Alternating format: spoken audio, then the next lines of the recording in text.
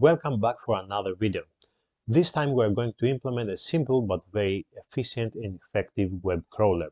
Simultaneously, we are going to scrape the web pages for a specific word. If the web page contains this word, we are going to save the URL into our MySQL database. We have done a similar example before, but this time we are going to use bookstoscrape.com, which is a website used only for web scraping purposes, as most normal websites usually block crawlers. As you know, there are many libraries in Python for web scraping. We have Beautiful Soup, which is probably the most popular one, Scrapy, Selenium, URLlib, and other libraries. But in our example, we are going to use the request HTML library, which makes parsing HTML very easy. This is the official web page of the library where you can read more about it.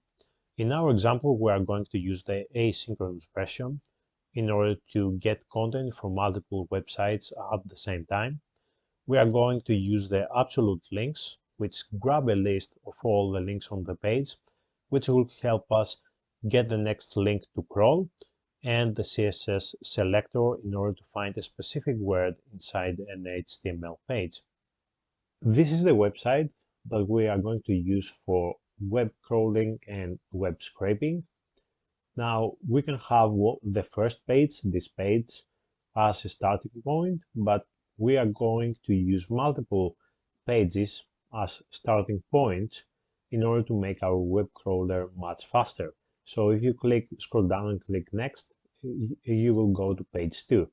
Let me copy this URL into my notepad, and then let's use page 2, page 20, and page 40 as our starting points. I saved those URLs into my notes, and now let's see the last component, that would be to connect to MySQL database. As you can see, there is the script is already here in the official webpage, the pynative.com webpage, where you can find how to connect to a MySQL database. You need to download and install the MySQL workbench. I created a schema. You have to click here, use the schema that you created, and then you create a table. I have already done that, but this is how you create a table into MySQL. But first, download and install MySQL workbench. It's an easy process. Great, now that we have all the components together and we know what we need to do, let's move to VS Code and start coding. Apparently, the first thing we need to do is import the libraries. From requests HTML, import asynchronous HTML session.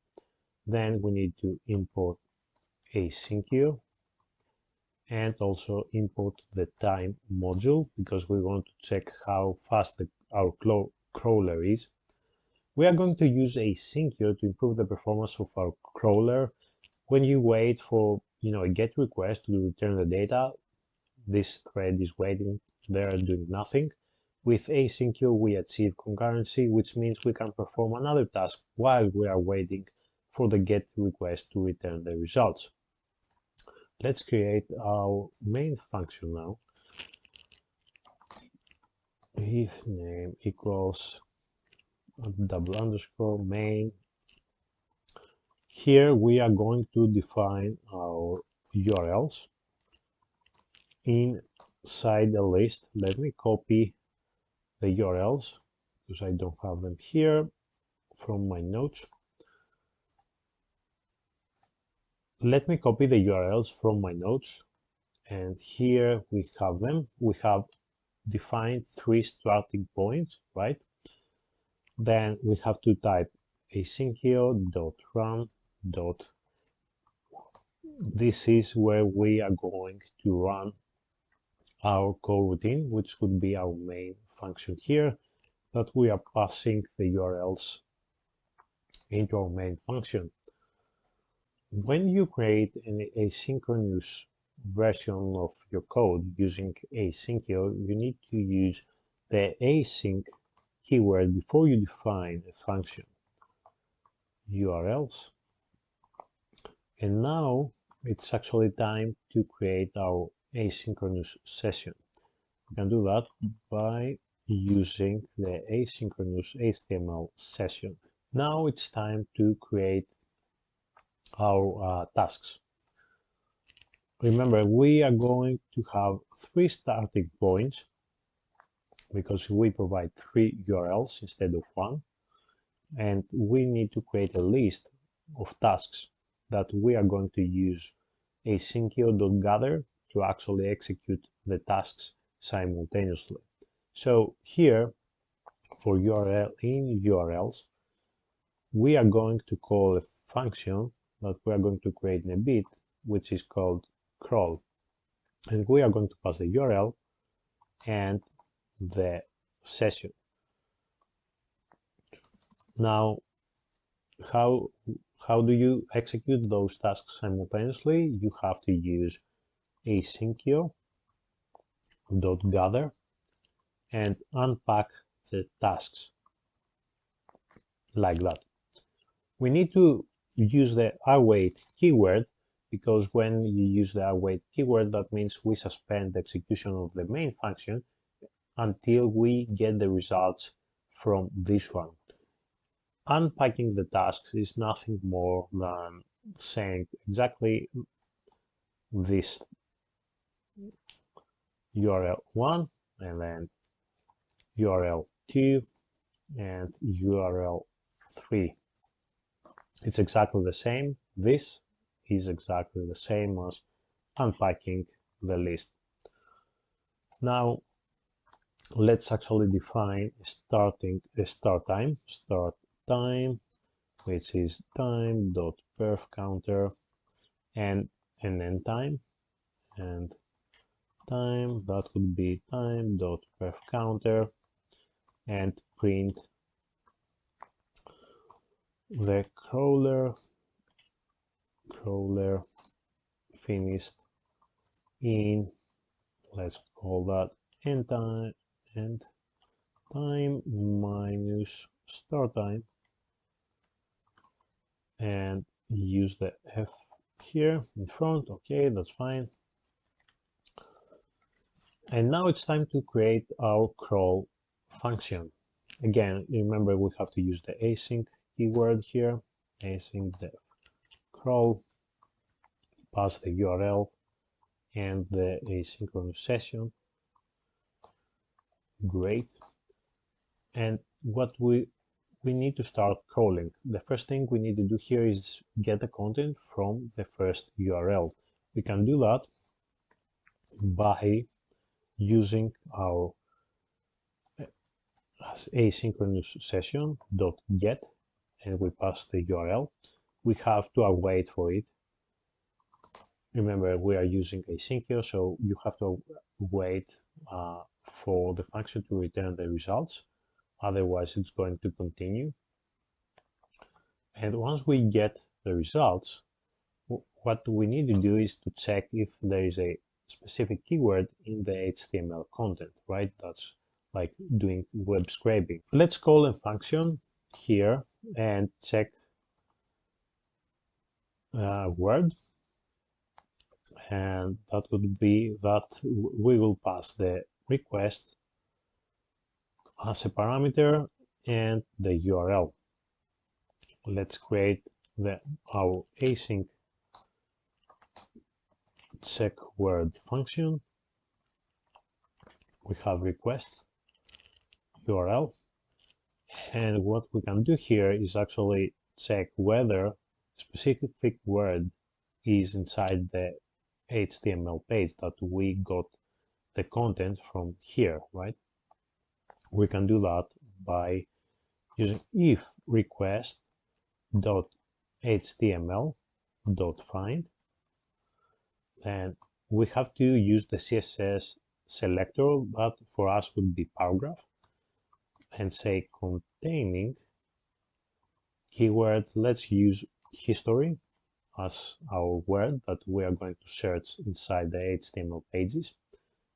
If that, then let's use a list that is going to append all the successful URLs that contain this history as a keyword, successful URLs dot append, and that would be the URL. Now, before we begin, we have to define successful URLs as an empty list. Perfect. Now, the next thing we need to do here is to start crawling. But how are we going to do that? We need to know if we visited this website before, and if we are still in the books.toscrape.com domain, because we don't want to move to external websites. We want to stay on this domain. Now, how can you do that? That's easy. We need to create a for loop for link in.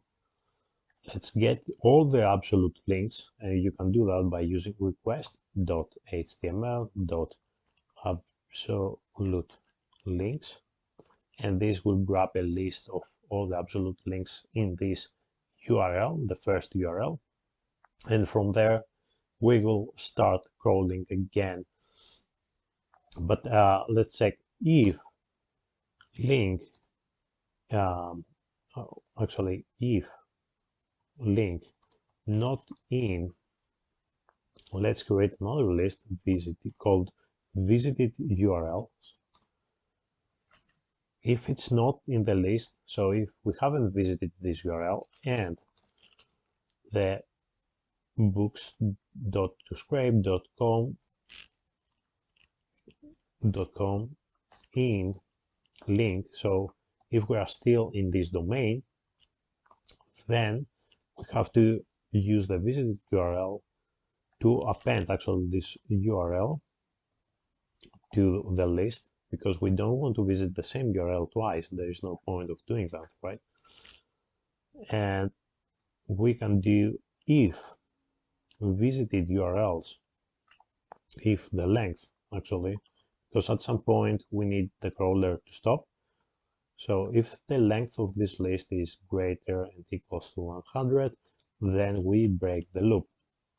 Otherwise, we are going to use the same function. So we are going to call the crawl function inside the crawl function. This is how we are going to achieve a recursive web crawler, right? But this time, instead of the URL here, we are going to pass the link and the same session. Perfect. Okay, I think we are good to go for first to test it right now. Let's print the visited URLs, actually the successful URLs that contain the history keyword. Successful URLs. We click save and we click run. Let's see if we have any mistakes here.